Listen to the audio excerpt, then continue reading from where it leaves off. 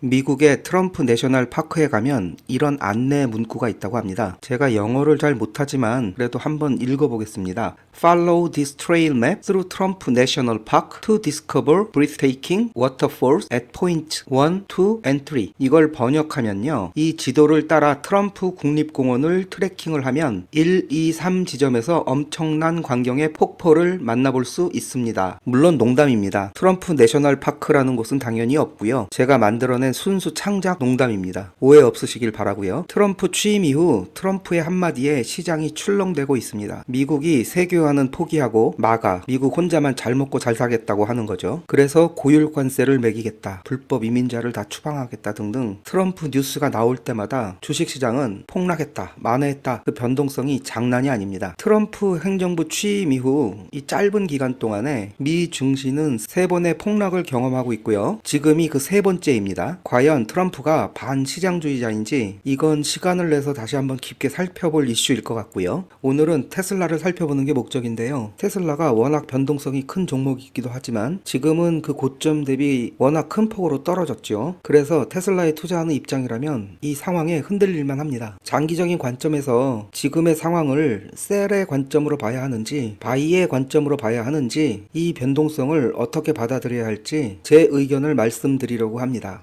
많은 사람들이 단타는 국장, 장타는 미국장이라는 말들을 하죠. 대충 저도 동의하는 입장이긴 하고요. 미장의 투자, 특히 장기 투자를 선택한 이유는 바로 이거죠. 미국 주식은 결국엔 우상향한다라는 가정과 그걸 증명했던 역사를 믿기 때문입니다. 이 표는 S&P 500 지수 표고요. 여기 1930년대부터 현재까지 보면 중간에 울퉁불퉁한 사건 사고들은 많았지만 결국은 오른쪽으로 우상향한 모습입니다. 여기서 보이는 회색 지역, 즉 하락장이죠. 이런 회색 지대를 건너서 쭉 오른쪽으로 상승해 왔습니다. 이 회색 지역에 있을 때는 사실 죽을 맛이겠죠. 하지만 결국 이 하락장, 회색 지역을 건너고 보면 어느 틈에 오른쪽에 가 있습니다. 역사상 항상 그랬습니다. 이것을 믿고 미국장에 장기 투자를 하는 거죠. 장투가 뭐가 어려운 거냐, 그냥 사놓고 묻어두면 되는 거지, 이런 식으로 쉽게 말하는 사람들을 주위에서 볼 수 있는데요. 이런 사람들 100% 장투 안 해본 사람들입니다. 이건 제가 장담하는데요. 장투를 해보지 않아서 그 경험이 없는 거죠. 사실 장투는 가장 어려운 투자법입니다. 사람들이 생각하는 장투는 여기서 보듯이 그저 자전거 페달을 밟을 정도의 노력이면 언젠가는 목적지에 다다르겠지, 이런 생각을 하는 거죠. 하지만 실제는 그 목적지에 다다르는 과정이 장난이 아닙니다. 여기저기 폭탄이 한두 개가 아니죠. 이런 생각으로 자전거를 타기 시작했죠. 구덩이를 만납니다. 어떻게 건넜더니 밀림 숲을 만나죠. 또 구덩이를 만납니다. 어떻게 건넜더니 이번엔 깊은 호수를 만납니다. 이것도 어떻게 건넜습니다. 강을 만나죠. 다리를 건넙니다. 또 구덩이에 빠집니다. 악천후가 도달합니다. 사다리를 건너서 오르고야 결국은 목적지에 도달하게 됩니다. 앞서 보여드렸던 미국 증시는 장기적으로 우상향한다라는 게 그냥 쉽게 우상향했던 것이 아니라는 거죠.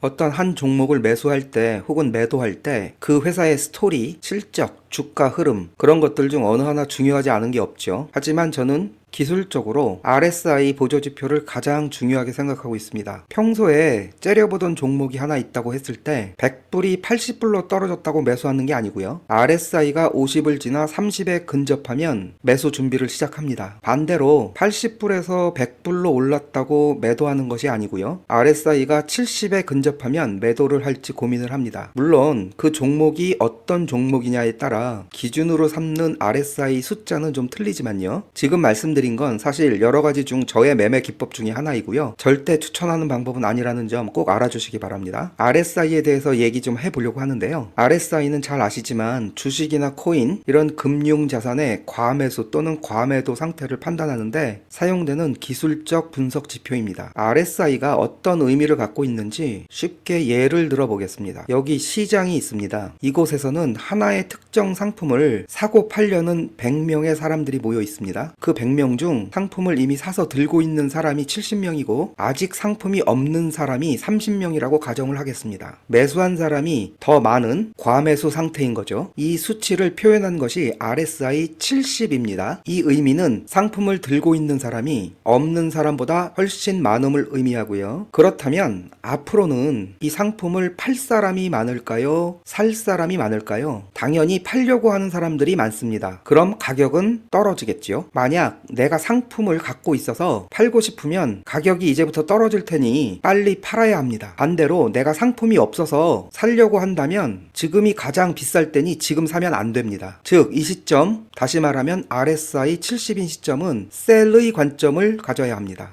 여기 같은 시장입니다. 시간이 좀 흘렀고요. 이제는 상품을 사서 들고 있는 사람이 30명으로 줄었고 상품이 없는 사람이 70명이 되었습니다. 이제 매도한 사람이 더 많은 과매도 상태가 되었고 이걸 수치로 표현한 것이 RSI 30입니다. 이제 상품이 없는 사람이 상품을 갖고 있는 사람보다 훨씬 많아졌고요. 여기서 똑같은 질문입니다. 앞으로 팔 사람이 많을까요? 살 사람이 많을까요? 당연히 살려는 사람이 많아졌습니다. 그럼 가격은 오르겠죠. 만약 내가 상품을 갖고 있다면 가격이 이제부터 오를 테니 지금 팔면 안 됩니다. 반대로 내가 이 상품을 살려고 째려보고 있었다면 지금이 가장 쌀 때니 지금 사야 합니다. 즉 RSI가 30이면 바이의 관점을 가져야 합니다. 요약을 하자면 RSI가 30에 근접할수록 바이의 관점으로 종목을 살펴봐야 하고 RSI가 70에 근접해서 넘어가면 이제부터는 셀의 관점으로 종목을 바라봐야 합니다. 자, 이거는 테슬라 차트입니다. 보시다시피 고점 대비 엄청나게 현재 떨어져 있는 상태입니다. 그렇다면 주가가 떨어졌다고 지금 공포에 팔아야 됩니까? 많이 떨어졌으니까 사야 됩니까? 이 주가의 흐름을 보고 결정하시나요? 저는 조금 다른 관점으로 접근을 합니다. 여기 RSI 보조 지표를 크게 확대를 했습니다. 현재 80까지 올랐던 RSI 지표가 지금 흘러내려서 현재 34.99까지 내려와 있습니다. 아까 시장을 예를 들어서 설명을 한 거에 비추어 보면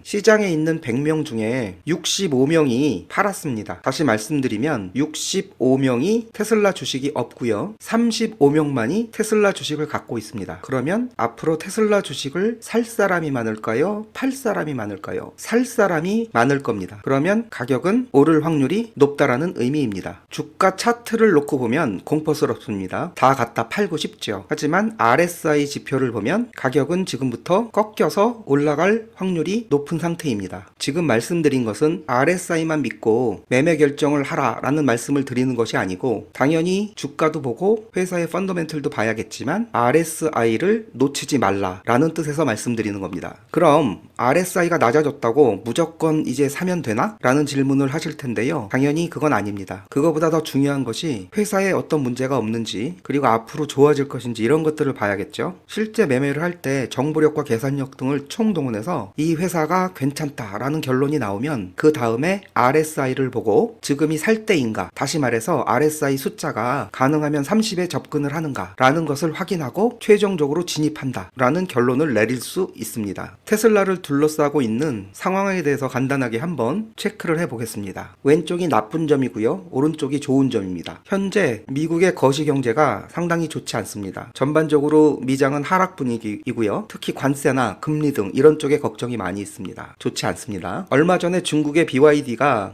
자율주행을 공짜로 한다는 등 뭐 이런 소식들이 나왔었죠. 당장 그 뉴스에 큰 비중을 두지 않는다 하더라도 중국 경쟁자는 앞으로도 계속 위협적일 수가 있습니다. 안 좋은 거고요. 유럽도 그렇고 미국도 그렇고 현재 일론 머스크의 정치적인 행보 때문에 테슬라를 보이콧하는 경우가 많아졌습니다. 이 부분은 결국 테슬라의 매출에 좋지 않은 영향을 줄 것이고요. 안 좋은 점이라고 생각합니다. 지금 솔솔 나오는 예상들이 올해 1Q 실적이 아주 안 좋을 것이다, 이런 전망들이 있죠. 이 점 또한 단기적으로는 테슬라의 악재입니다. 또 다른 악재가 있을지도 모르겠지만 일단 여기서 마무리하고요. 다음은 테슬라의 좋은 점을 한번 살펴보겠습니다. 먼저 모델 Y의 새로운 버전이 출시가 되었습니다. 9버전에서 신버전으로 대체가 될 테니 매출에는 긍정적인 요인으로 생각이 됩니다. 좋은 점이고요. 저가 모델인 모델 2 신모델이 올해 내에 출시된다라는 소식이 있습니다. 당연히 좋은 소식이고요. 중국 상하이 메가팩 공장이 준공되어서 메가팩 생산 능력이 2배로 향상되었다고 합니다. 매출에 당연히 좋은 점이고요. 텍사스 리튬 정제소 공장이 완공을 눈앞에 두고 있다고 합니다. 배터리 생산 능력이 비약적으로 올라갈 것이라고 하네요. 당연히 좋은 소식입니다. 올해 6월에 로봇택시 출시가 되고 상용 서비스가 시작이 된다고 합니다. 이 소식은 테슬라한테는 메가급이죠. 아주 좋은 소식입니다. 언론 매체를 통해서 가끔 전해지는 소식은 기존의 자동차 OEM들이 테슬라의 FSD를 라이센스 할 수도 있다, 이런 소식들이 전해지고 있지요. 만약에 그런 계약이 성사가 되면 테슬라로서는 큰 호재가 되겠습니다.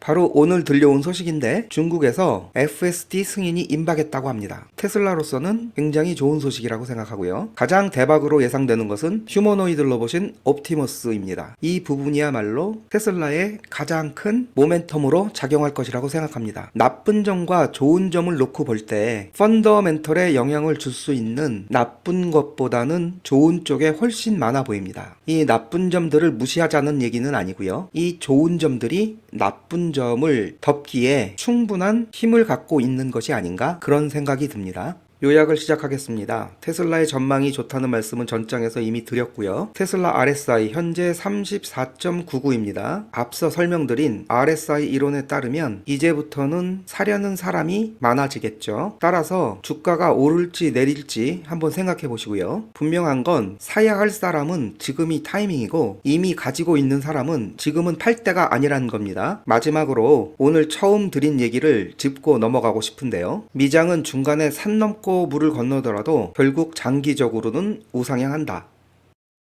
오늘의 요약은 여기까지입니다. 구독과 좋아요 부탁드리고요. 좋은 하루 보내시고 다음에 또 뵙겠습니다.